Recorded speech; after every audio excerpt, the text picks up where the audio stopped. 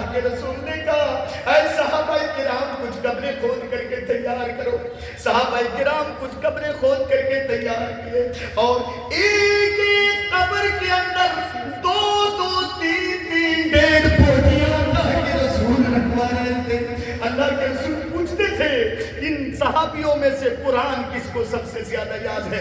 صحابہ کہتے تھے ان کو زیادہ یاد ہے. اللہ کے رسول کہتے تھے ان کو پہلے قبر میں رکھو. اس کے بعد اللہ کے رسول پوچھتے تھے ان کے بعد کن کو زیادہ یاد ہے قرآن؟ اللہ کے رسول کو جب جواب ملتا کہ ان کو زیادہ قرآن یاد ہے ان کو قبر میں رکھتے. ایسے کرتے کرتے میرے بھائی کو ایک ایک قبر کے اندر 2 2 3 3 ڈیڑھ بوجھیاں اللہ کے رسول رکھوائے. اے سبول کے لوگوں نوجوانوں سنو, 2000 کمانے والوں سنو, 10,000 کمانے والوں سنو. صحاباؤں کی نظر میں اسلام ایک بڑی نعمت, صحابہ کی نظر میں اسلام ایک قیمتی چیز ہے. میرے بھائیوں آج ہمارے مسجدوں کے اوپر حملے ہو رہے ہیں. آج مسجدوں کے نیچے سے کہا جا رہا ہے مورتیاں نکل آ رہی ہیں. آج اسلام کو مٹانے کے لیے, آج قرآن کو مٹانے کے لیے ساری دنیا اسلام کے پیچھے پڑی ہوئی ہے.